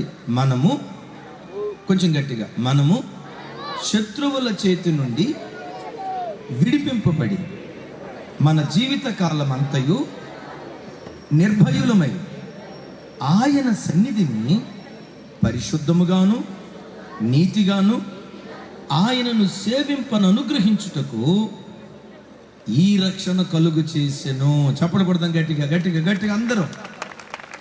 ఈ రక్షకుడు మనందరికి రక్షణ కలుగు చేశాడు. ఏంటా రక్షణ? శత్రువు చేతిలో నుంచి విడిపించడానికి రక్షకుడు ఉదయించాడు అని భక్తుడు జకరియా గ్రంథకర్త జకరియా ప్రవచనం ద్వారా మాట్లాడతాడు. యేసుక్రీస్తు వారు శత్రువు చేతి నుండి విడిపించేవారు. నేను మిమ్మల్ని అడుగుతా, అసలు మనిషికి శత్రువు ఎవరు? మనిషికి శత్రువు ఇంటి ఎదురుడు కాదు, ఇంటి వెనకున్నవాడు కాదు, ఇంటి చుట్టూతో ఉన్నవాడు కాదు. ఈ సృష్టిలో మనిషికున్న ఏకైక శత్రువు పాపం. ఆ పాపానికి కారణమైన పాప పురుషుడైన సాతాను. ఇదే మనిషి శత్రువు.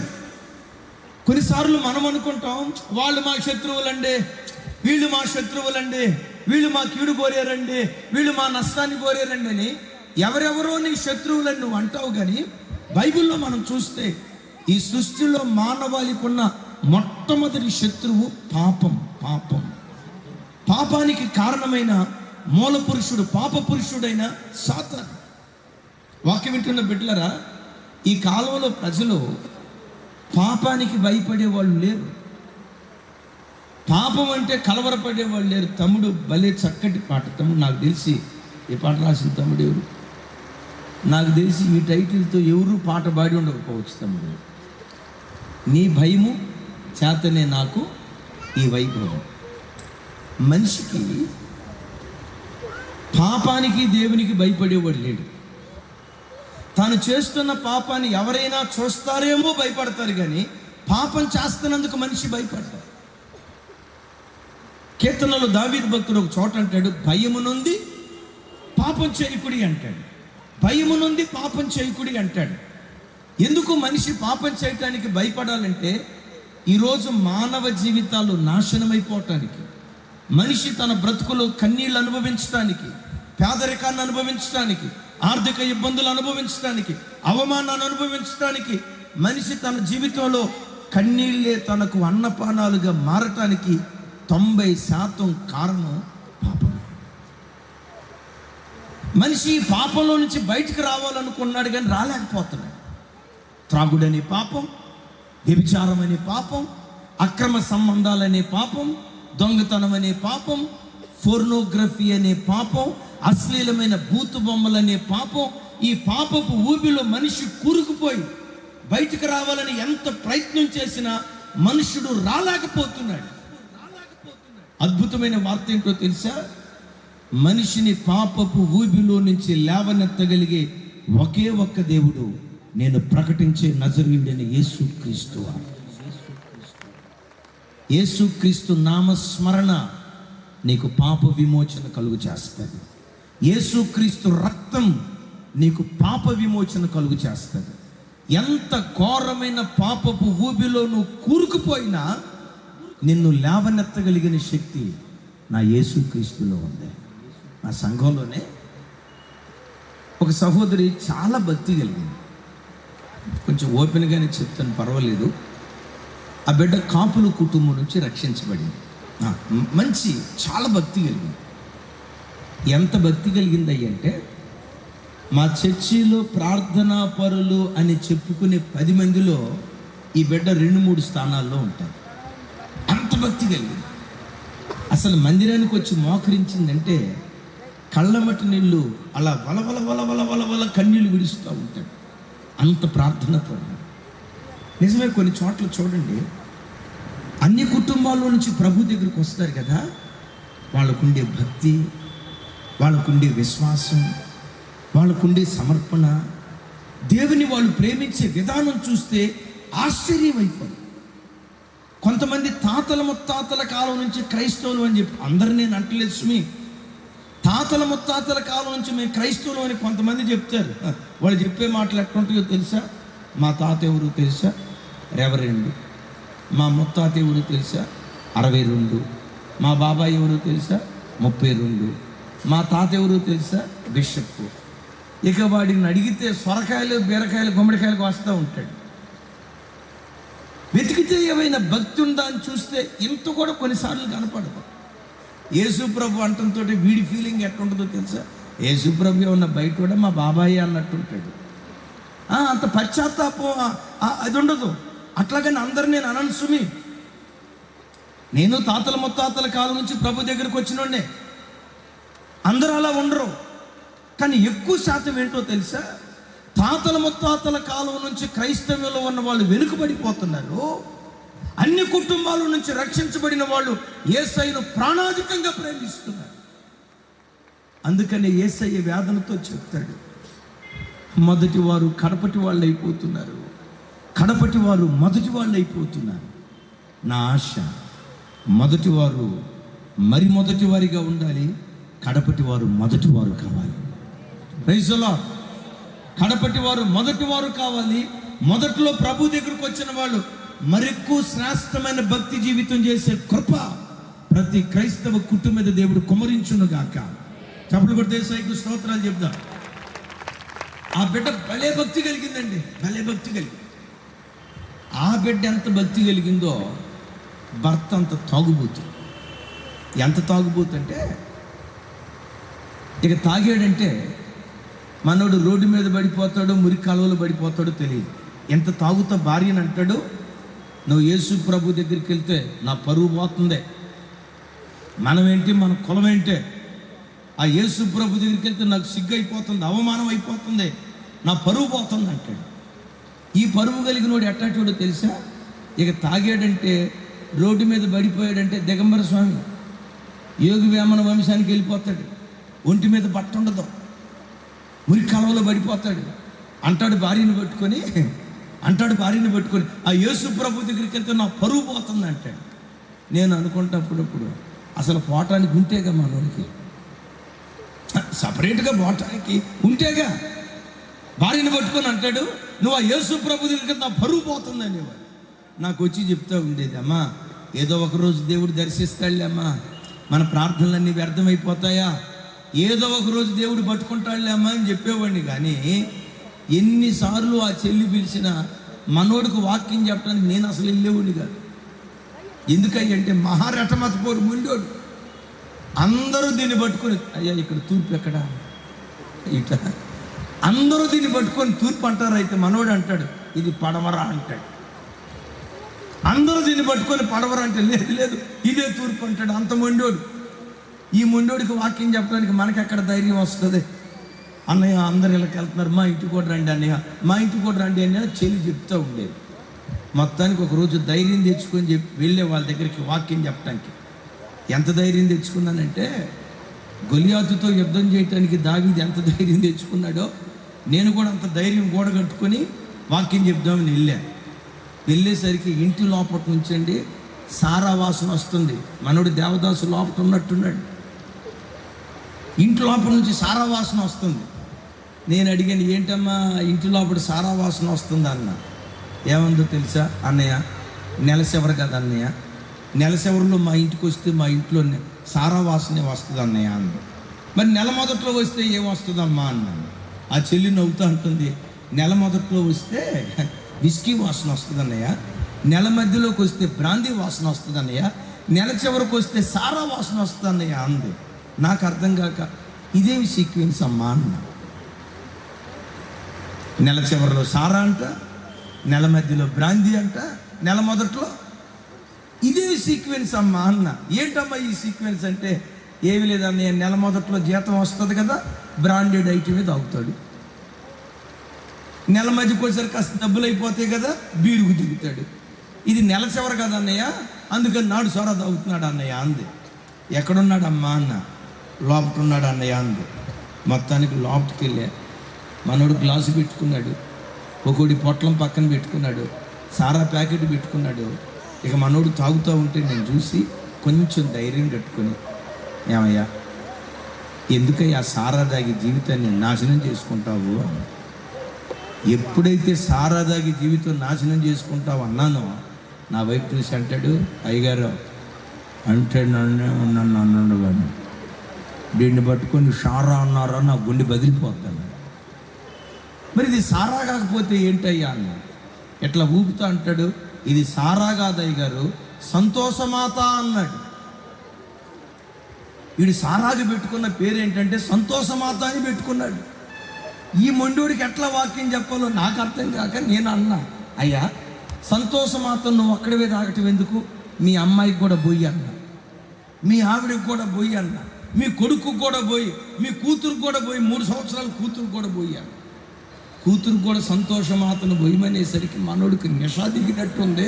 అంటాడు, ఏం మాట్లాడతారు పాస్టర్ గారు, కూతురికి అట్లా సారా పోస్తాం, ఆడపిల్లకి సారా పోయమంటారా అన్నాడు. నేనన్నా, అపచారం, అది సారా కాదయ్యా సంతోషమాత అన్న. మనోడికి మొత్తం దిగినట్టుంది. నేను అప్పుడు చెప్పాను, మనస్సాక్షిని చంపుకొని మాట్లాడికయ్యా, దీన్ని సంతోషమాత అని ఏదో నువ్వు మాట్లాడుతున్నట్లుగా ఉన్నావు. నా మాట విను. యేసు ప్రభు దగ్గరికి రా, నీ వ్యసనం నుంచి దేవుడు విడుదలిస్తాడు అని చెప్తా ఉంటే నన్ను చూసి ఏమన్నాడు తెలుసా, పాస్టర్ గారు యేసు ప్రభు కాదు ప్రపంచంలో నన్ను ఎవరూ మార్చలేదో, అయినా ఎక్కడికైనా వెళ్తా కానీ మీ చర్చికి మాత్రం రాను, ఎందుకంటే చర్చికి వస్తే మతాలు మారుస్తారు, నాకు అది నచ్చదు అన్నారు. ఎవడయ్యా మతాలు మారుస్తాడంటే, యేసు ప్రభు దగ్గరికి వస్తే మతాలు మార్చరు, మనస్సులు మారుస్తారు. మానవ మనస్సును విప్లవాత్మకంగా మార్చగలిగే అద్భుతమైన శక్తి నేను ప్రకటించే యేసు క్రీస్తు ప్రభు అని. మతాలు మార్చాల్సిన అవసరం యేసు ప్రభుకు లేదు, కులాలు మార్చాల్సిన అవసరం యేసు ప్రభుకు లేదు, దేశ సంస్కృతి మార్చాల్సిన అవసరం యేసుక్రీస్తుకు లేదు. యేసుక్రీస్తు మత స్థాపకుడు కాదు, కుల స్థాపకుడు కాదు. యేసుక్రీస్తు మనస్సును మార్చే విప్లవాత్మకమైన శక్తి. ఆయన వచ్చి చూడు, నవ్వుతా అంటాడు, యేసు ప్రభు ఎవరినైనా మారుస్తానే నన్ను మార్చలేడండి అన్నాడు. ఒరే మొండోడా, ఎందుకు ఈ మాట అంటున్నావంటే, నా వైపు చూసి అంటాడు, ఈ తాగుడు అలవాటు నాకు నిన్న మొన్న కొత్తగా వచ్చింది కాదండి, 25 సంవత్సరాలు పూర్తి చేసుకున్నానని చెప్తూ నవ్వుతూ అంటాడు, మొన్ననే రజతోత్సవాలు పూర్తి చేసుకున్నాను అన్నాడు.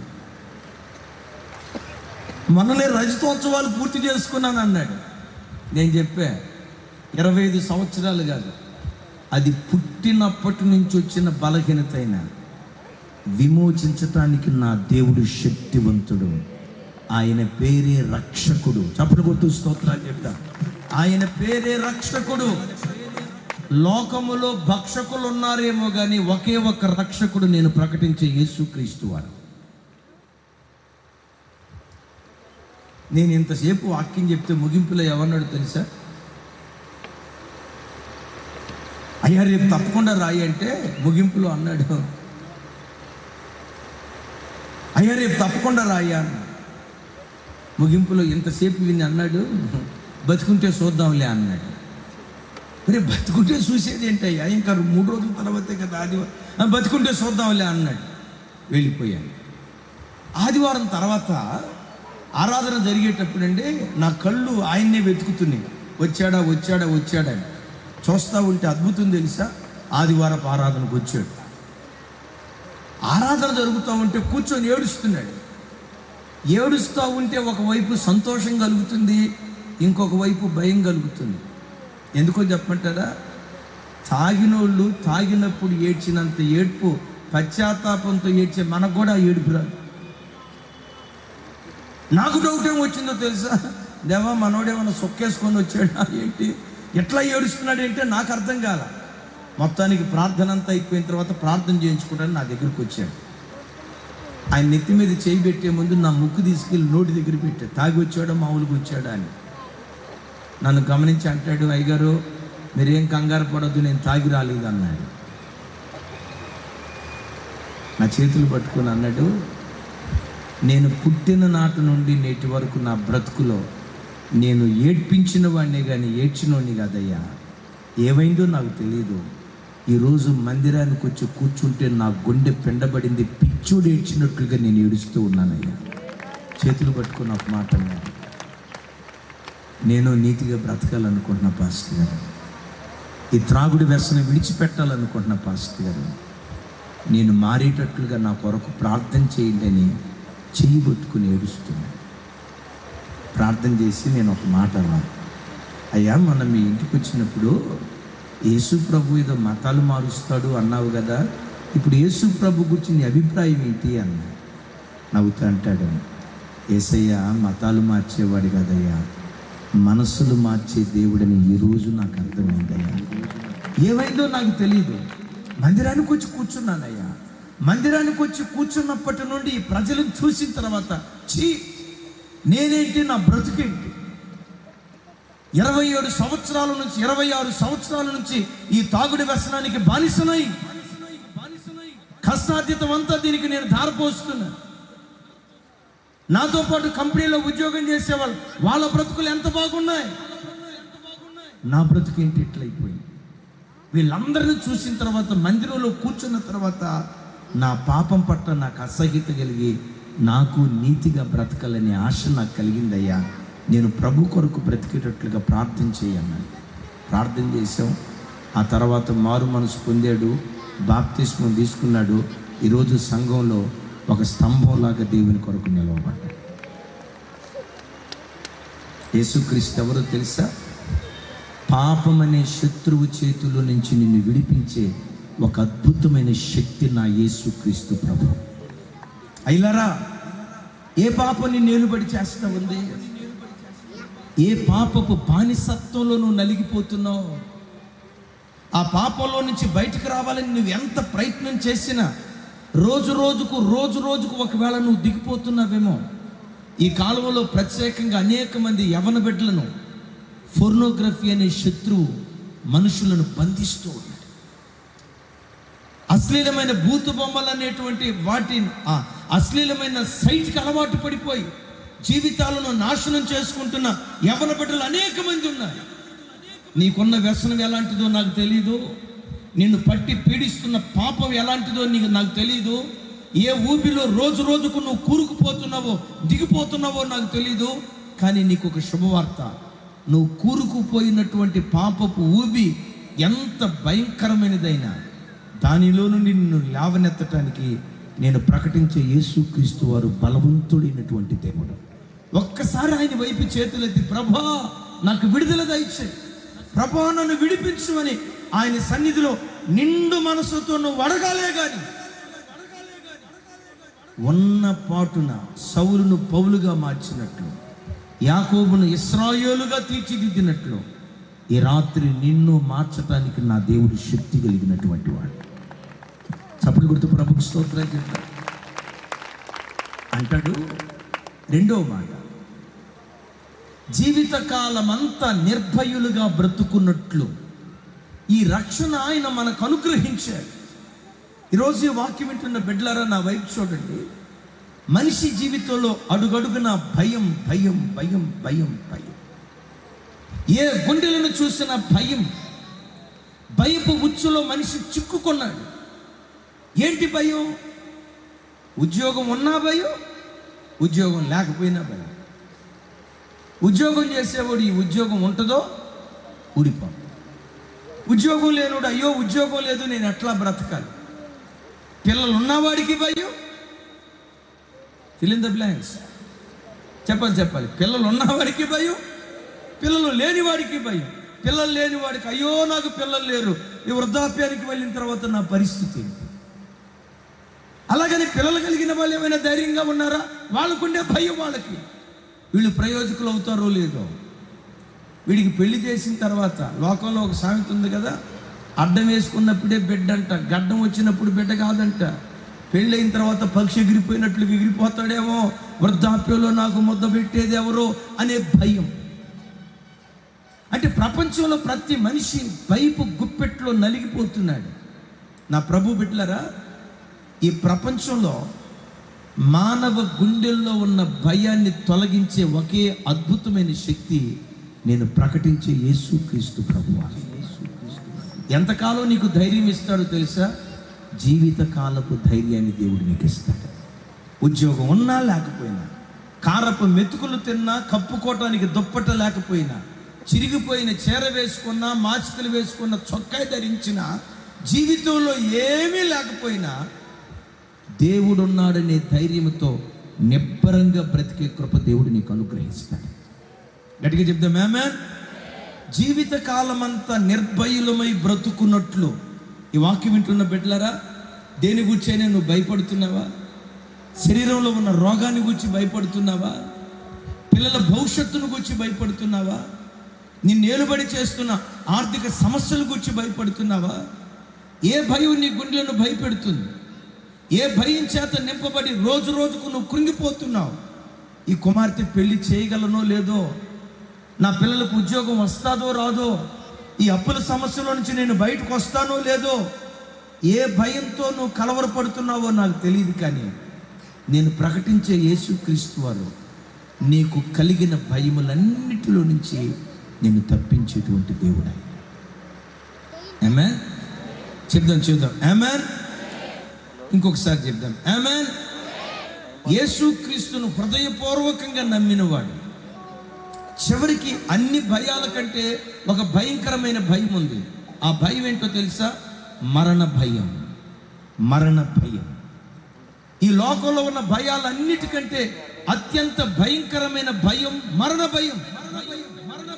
మనిషి రోగానికి భయపడిన దానికంటే, అప్పుకు భయపడిన దానికంటే, ఆర్థిక సమస్యకు భయపడిన దానికంటే ప్రతి మనిషి మరెక్కువగా భయపడే భయం మరణ భయం.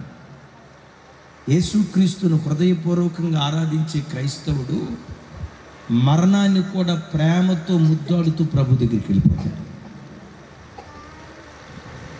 నిజ క్రైస్తవుడు మరణానికి కూడా భయపడడు. గత 2 నెలల క్రితం అక్టోబర్ నెలలో నేను కువైట్ దేశానికి వెళ్తున్నానని మా సంఘంలో చెప్పాను. రాజుల కుటుంబం నుంచి రక్షించబడిన కృపమ్మ, ఆమె పేరు సీతమ్మ, రక్షించబడిన బిడ్డ చావు బ్రతుకుల మధ్యలో అనారోగ్యంతో కొట్టుమిట్టాడుతుంది. నేను కువైట్ వెళ్తున్నానని తెలుసుకొని మా సంఘ బిడ్డల చేత కబురు పంపించింది. అయ్యగారు తిరిగి వచ్చేదాకా నేను బ్రతకను, ప్రభు దగ్గరికి వెళ్తాను. నేను ప్రభు దగ్గరికి వెళ్ళే దినాలు ఆసనం అయిపోయి నాకు అర్థమవుతుంది. అయ్యగారు వచ్చేసరికి 20 రోజులు అయిపోతుంది. అయ్యగారు వచ్చేలోపే నేను ప్రభు దగ్గరికి వెళ్తాను. అయ్యగారికి ఒక్క మాట చెప్పండి, ఒక్కసారి అయ్యగారిని చూడాలని నాకుంది, ఒకసారి అయ్యగారిని రమ్మనండి అని చెప్పింది. ఆ మెసేజ్ యూట్యూబ్లో ఉంటుంది, మీరు ఎప్పుడైనా చూడండి. ఎమాన్యుయల్ మినిస్ట్రీస్ హైదరాబాద్ యూట్యూబ్ ఛానల్లో ఆ మెసేజ్ ఉంటుంది. ఇక ఆ బిడ్డ చనిపోబోతుంది అన్న సంగతి తను తెలుసుకొని సంఘానికి వచ్చే బిడ్డల చేత కబురు పంపిస్తే నేను మా పాస్టర్ గారు తన చేత్తో ఏదో వండి చివరిగా మా చేత్తో తినిపిద్దామని చెప్పి ఆ తల్లి దగ్గరికి వెళ్ళాం. వెళ్ళేటప్పుడు మీ మనసులో ఏమనుకున్నామో తెలుసా? ఆ బిడ్డ ఎంత ఏడుస్తూ ఉంటుందో, మరణానికి ఎంత భయపడుతుందో, చనిపోబోయే ఆఖరి క్షణాల్లో మరణ వేతన ఎంత భయంకరంగా ఉంటుందో అని కలవరపడతా ఆ తల్లి దగ్గరికి వెళ్ళాం. విచిత్రం చూడండి, వాళ్ళ ఇంట్లో అడుగు పెట్టక మునిపే నవ్వుతా మమ్మల్ని ఆహ్వానించింది. పిల్లలందరినీ దగ్గరికి తీసుకుంది, మమ్మల్ని దగ్గరికి తీసుకుంది. నవ్వుతా ఏమంటుందో తెలుసా? అయ్యా, నేను ప్రభు దగ్గరికి వెళ్ళబోతున్నానయ్యా. అమ్మా, మరణం అంటే నీకే భయం లేదా? మరణాన్ని గూర్చి, ఎడబాటును కూర్చున్నటువంటి భయం మీకేమీ లేదా అంటే ఆ తల్లి ఆ తల్లి నవ్వుతా ఏమందో తెలుసా? 35 సంవత్సరాల నుంచి యేసుక్రీస్తుని ఆరాధిస్తున్నానయ్యా, యేసయ్యా యేసయ్యా యేసయ్యా అంటూ ప్రార్థన చేశాను, కానీ 35 సంవత్సరాల నుంచి ఆ యేసయ్యను చూడలేదయ్యా. 35 సంవత్సరాల తర్వాత మరణం ద్వారా దేవుడు నా ఆశ తీర్చబోతున్నాడయ్యా. యేసయ్య ముఖం చూడ. మరోసారి ఆమేన్. భక్తి కలిగిన క్రైస్తవుడు మరణాన్ని కూడా ప్రేమతో స్వీకరిస్తాడు. ఎందుకు మరణాన్ని ప్రేమతో స్వీకరిస్తాడు తెలుసా? క్రైస్తవుడి జీవితంలో మరణము మానవ జీవిత ముగింపు కాదు. క్రైస్తవుడి జీవితంలో మరణము మహిమాలోకానికి ముఖద్వారం లాంటిది.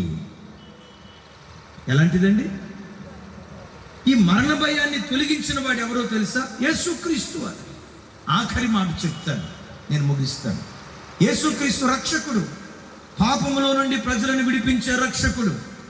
యేసుక్రీస్తు వారు భయములో నుంచి విడిపించే రక్షకుడు. ఆఖరి మాట అంటాడు, పరిశుద్ధులుగాను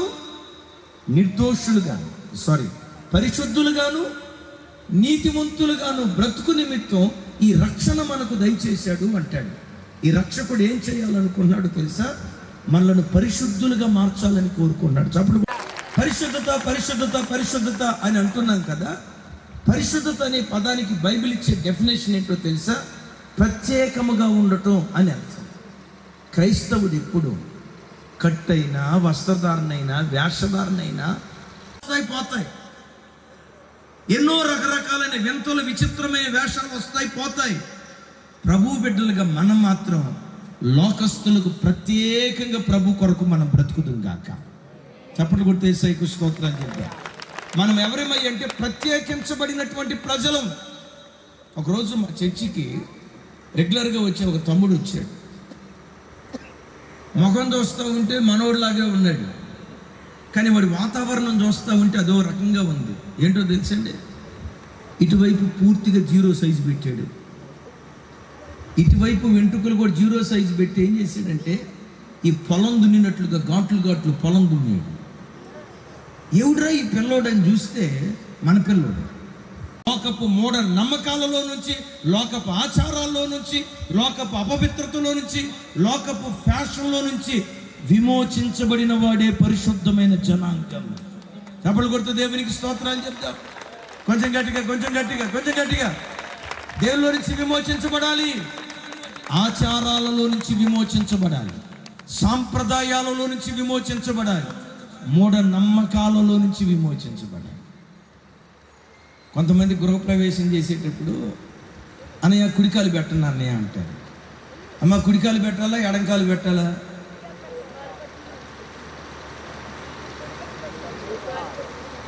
ఒక్కరు చెప్పట్లా.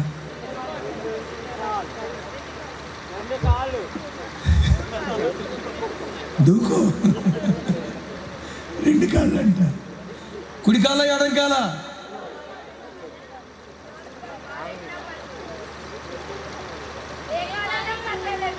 థ్యాంక్ యూ అమ్మా. ఇక్కడేమో ఏ కాలైనా పర్వాలేదనో, అక్కడ మాత్రం కుడికాలే పెట్టు.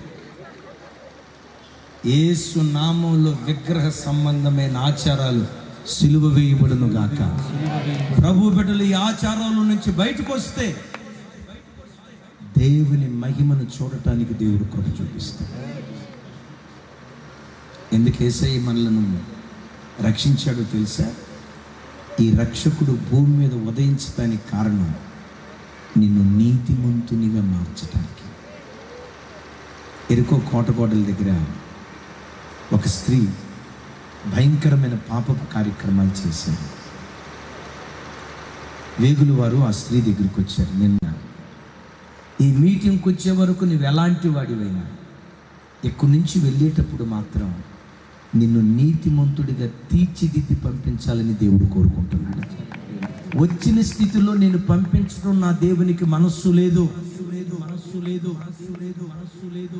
ఏ స్థితిలో నీవు వచ్చావో అదే పాప స్థితిలో నుంచి నిన్ను పంపించడం నా దేవునికి మనస్సు లేదు. ఆ వ్యక్తి మందిరానికి వచ్చేటప్పుడు సుంకరి కానీ తన దేవుని దగ్గర నుంచి వెళ్ళేటప్పుడు ఆ సుంకరి నీతిమంతుడిగా తీర్చిదిద్దబడి దేవుని దగ్గర నుంచి వెళ్ళాడు.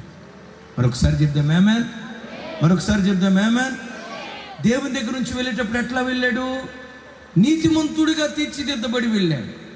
ఈ రాత్రి నా ప్రభు కోరుకునేది, నీ పాప స్థితిని బట్టి నిజంగా నువ్వు గుండెలు బాదుకుంటూ, రక్షకుడా నా కొరకే నువ్వు పుట్టావయ్యా, నా కొరకే నువ్వు ఉదయించావయ్యా, నా పాపపు బ్రతుకును నీతియుక్తమైన బ్రతుకుగా మార్చడానికే ఉదయించావయ్యా అని నీ పాప స్థితిని బట్టి నిజంగా ఈ రాత్రి నువ్వు పశ్చాత్తాపడగలిగితే యేసు నామం పేరిట నిన్ను నీతిమంతుడిగా తీర్చి నీ గృహానికి పంపించును గాక. నువ్వు నీతిమంతుడిగా మారితే ఏం జరిగిద్దో తెలుసా? బైబిల్లో రాయబడిన మాట, నీతిమంతుల తలల మీదకి ఆశీర్వాదం వస్తుంది అని రాసి. నీ మీదకి ఆశీర్వాదం రావడం గొప్ప విషయం కాదు. అదే సామెతల్లో ఏమని రాసి ఉంటుందంటే, నీతిమంతుడు విడవబడుట కానీ వారి పిల్లలు భిక్షమెత్తుకొనుట కానీ నేను చూసి ఉండలేదంటాడు. దేవుడు నీకు ఇచ్చిన విలువైన జీవితంలో నువ్వు నీతిమంతుడిగా బ్రతికితే నువ్వు చనిపోయిన తర్వాత నీ పిల్లల పిల్లలను దేవుడు తన చేయి పట్టుకుని నడిపించడం ప్రారంభిస్తాడు. నీ పిల్లల పిల్లలను ఎన్ని తరాలు తెలుసా? బైబిల్లో రాయబడిన మాట, ఒక్కడు నీతిమంతుడిగా బ్రతికితే ఆ నీతిమంతుడిని బట్టి 1000 తరాల వరకు వారి పిల్లల పిల్లలను నేను కరుణిస్తాను అంటాడు. అంతేనా?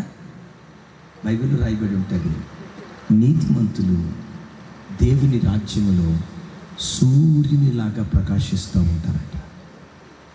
దైవ సేవకులు ఎన్నో వేల రూపాయలు ఖర్చు పెట్టి మీటింగ్ ఏర్పాటు చేశారు. ఎందుకో చెప్పమంటారా? ఈ స్థలంలో కూర్చున్న ప్రతి బిడ్డ పరలోకంలో కూర్చునే భాగ్యం దేవుడు అనుగ్రహించాడు. ఈ మీటింగ్కి వచ్చిన బిడ్డల్లో ఒక్క బిడ్డ కూడా విడవబడకూడదు. ఇక్కడ ఎలా మనం కూర్చున్నామో పరలోకంలో కూడా కూర్చొని ప్రభువుని ఆరాధించే ఆ గొప్ప భాగ్యం దేవుడు అనుగ్రహించును గాక. ఎంతసేపు నువ్వు వాక్యం విన్న తర్వాత ఒకవేళ రాహాబులాగా నువ్వు బ్రతికితే, యాకోబులాగా నువ్వు జీవిస్తే, నేను పంపించేటప్పుడు ఇజ్రాయేలుగా దేవుడు మార్చాలనుకుంటున్నాడు. నీతిమంతురాలకు రాహాబుగా మార్చాలనుకున్నాడు. నీతిమంతురాలకు రాహాబు తన బ్రతుకును మార్చుకుంటే రాహాబు బ్రతుకు ఎంత ధన్యమైపోయిందో. ఒక్క క్షణం రాహాబులో నుండి మహారాజైన దావీదు పుట్టుకొచ్చాడు. రాహాబులో నుండి రాజైన హిజ్కియా పుట్టుకొచ్చాడు. ఆ రాహాబులో నుండి జెరుబ్బాబెలు పుట్టుకొచ్చాడు. అదే రాహాబు గర్భంలో నుండి లోకరక్షకుడైన యేసుక్రీస్తు వారు ఉద్భవించారు. నా తల్లి, నా చెల్లి, నీ గర్భాన్ని నా దేవుడు ధన్యించేయును గాక. నీ గర్భంలో నుండి రాజులను దేవుడు పుట్టించాలి. నీ గర్భంలో నుండి ప్రవక్తలను దేవుడు పుట్టించాలి. అలా చేయునట్లుగా ఈ క్షణమే మన జీవితాన్ని ప్రభువుకు అప్పగించుకుందాం. అటు కృప దేవుడు మనకిచ్చును గాక. అందరూ లేచి నిలబడదాం. ఒక్క క్షణం ప్రభువుకి మన జీవితాలను అప్పగించుకుందాం. ప్రభువుకు మన జీవితాలను అప్పగించుకుందాం. నాతో సహా ఇక్కడ ఎవ్వరూ 100కి 100 పాళ్ళు నీతిమంతులు లేరు. ఒక క్షణం అందరం 2 చేతులు పైకెత్తి ఒక క్షణం ప్రభు సన్నిధిలో ప్రార్థనలు గడుపుదాం. దైవ సేవకులు, నీ స్పందన దేవునికి కావాలి. నీ స్పందన దేవునికి కావాలి. ఒకసారి ప్రభు 5 చేతులు ఎత్తి, నీ స్పందన దేవునికి కావాలి. నీ స్పందన దేవునికి కావాలి. ఒక క్షణం నీ స్పందన దేవునికి కావాలి. ప్రభా, ఈరోజే ఉన్న పాటున నీ తట్టు తిరుగుతానయ్యా. ఈ రోజున ఉన్న పాటునే నీ తట్టు తిరుగుతానయ్యా. రాహాబు జీవితం మార్చబడినట్లుగా ఈ రాత్రి నా బ్రతుకు మార్చబడాలి యేసయ్యా. నేను ఒక నీతిమంతురాలుగా తీర్చిదిద్దబడి ఇక్కడి నుంచి వెళ్ళకూడదయ్యా. నువ్వు కూరుకుపోయిన పాపం ఎంత లోతైనదైనా, నిన్ను ఆవరించిన పాపం ఎంత భయంకరమైనదైనా, దానిలో నుంచి నిన్ను విడిపించడానికి దేవుడు బలవంతుడు. విడిపించడానికి దేవుడు బలవంతుడు. బలిష్టమైన తన హస్తాన్ని రాత్రి దేవుడు చాపాడు. నీ హస్తాన్ని కూడా ప్రభు వైపు చాపి, దేవా, నా పాపంలో నుంచి నన్ను లేవనెత్తయ్యా. చెల్లిమా, నోరు తెరుస్తావురా తల్లి? ఒక్క క్షణం తమ్ముడు, ఎవరు తమ్ముళ్ళు, ఒక్క క్షణం నోరు తెరుద్దాం. ప్రభా, ఈ పాపపు ఊపిలో నుంచి నన్ను బయటకు రావాలయ్యా. నన్ను లేవనెత్తు యేసయ్యా, నన్ను లేవనెత్తయ్యా. ఇది విడుదల దినంగా దేవుడు చేయబోతున్నాడు. విమోచన దినంగా దేవుడు చేయబోతున్నాడు. ప్రభు, నన్ను విడిపించు. విడుదల రాత్రిగా నా దేవుడు చేయబోతుండగా యేసయ్యను నోరారా చేతులెత్తి, యేసయ్యా నోరు తెరుద్దాం. యేసయ్యా, తమ్ముళ్ళు నోరు తెరుద్దాం. యేసయ్యా, ఈ రాత్రి విడుదల నాకు కావాలి. నా పాపంలో నుంచి బయటకు రావాలి స్వామి. పేదరికమైన శత్రువు చేతిలో నుంచి నేను తప్పించబడాలి. నాకు విడుదల కలగాలి యేసయ్యా. మన పాపాన్ని మనం ఒప్పుకోగలిగితే ఇది అద్భుతమైన రాత్రి. రక్షకుడు ఉదయించిన రాత్రి, నీకు విడుదలిచ్చే రాత్రి. ఇదిగో దేవా, నా జీవితం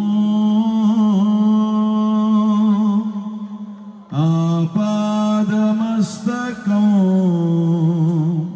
నీకంకితం.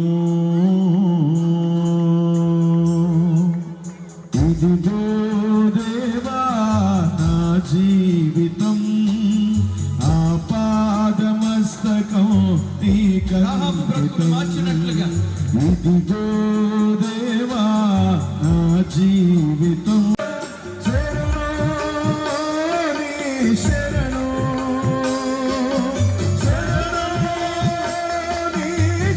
ఈ రాత్రి జీవితాలు ప్రభువుకు అప్పగించుకున్నాం.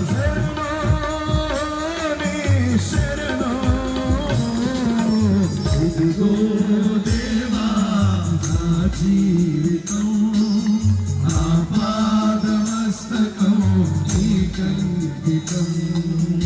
ఇదిగో దేవా నా జీవితం నా పాదమస్తకం నీకంకితం.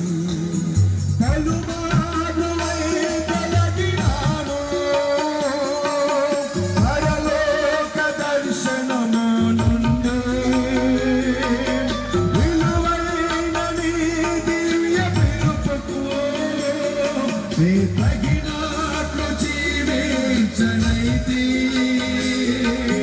కలుబాలువై తొలగినాను విలువైనది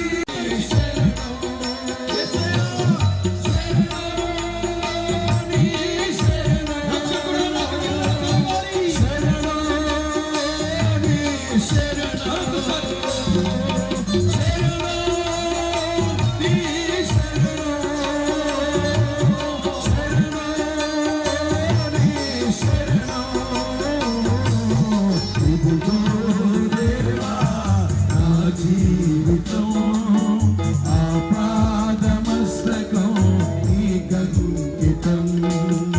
ఇదిగో హల్లెలూయా హల్లెలూయా హల్లెలూయా.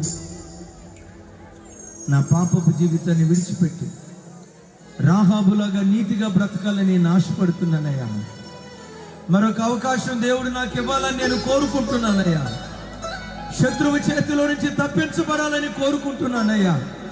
యేసయ్య ఈ రాత్రి రక్షకుడుగా నా కుటుంబంలో ఆయన ప్రత్యక్షం కావాలి అయ్యా. నా కొరకు ప్రార్థన చేయండి అని ఆశపడిన బిడ్డలు ఎవరైనా ఉంటే మీ కుడి చేతుల పైకెత్తి ప్రభు వైపు చూపించండి. ఒక చిన్న ప్రార్థన చేయబోతున్నాను.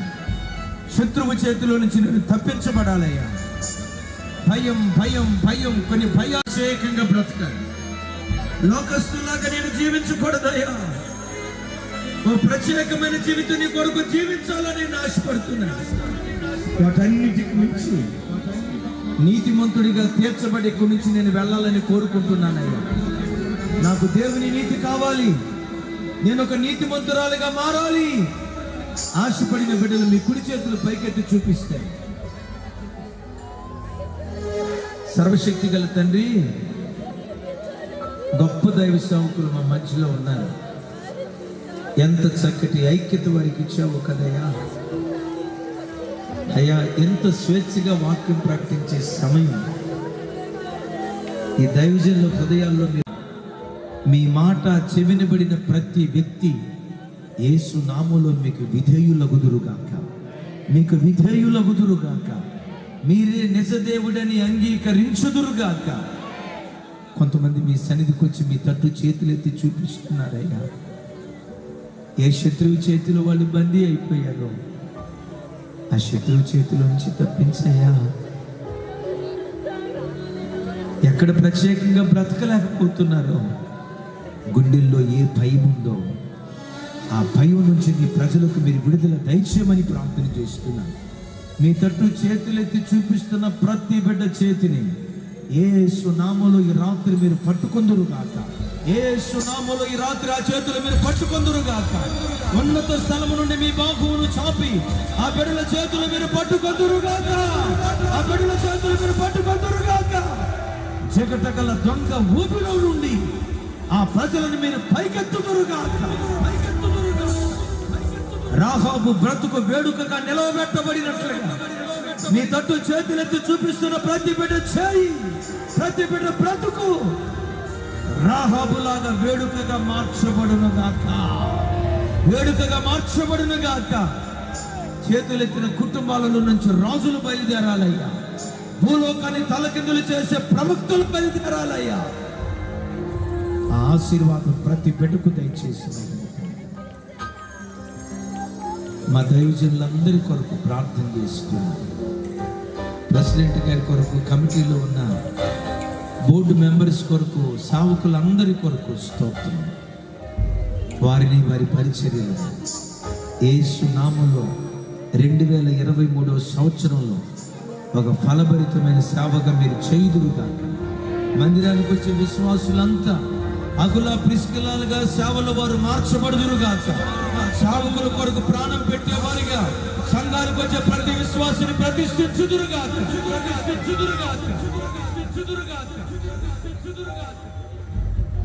సమస్త ఘనత, మహిమ, ప్రభావాలు మీకే ఆరోపిస్తూ యేసు నామములో ప్రార్థించి స్తుతించి పొంది ఉన్నాము తండ్రి. తండ్రి అయిన దేవుని ప్రేమ, కుమారుడైన యేసుక్రీస్తు ప్రభు వారి దివ్య కృప, పరిశుద్ధాత్మ దేవుని అన్యోన్య సహవాసం మనకును సకల పరిశుద్ధులకు, ప్రత్యేకంగా యాజక సమూహానికి, మరి సంఘ బిడ్డలకు, కూడి వచ్చిన ప్రజలకు సదా తోడయుండి నడిపించునుగాక. ఆమేన్, ఆమేన్, ఆమేన్, ఆమేన్.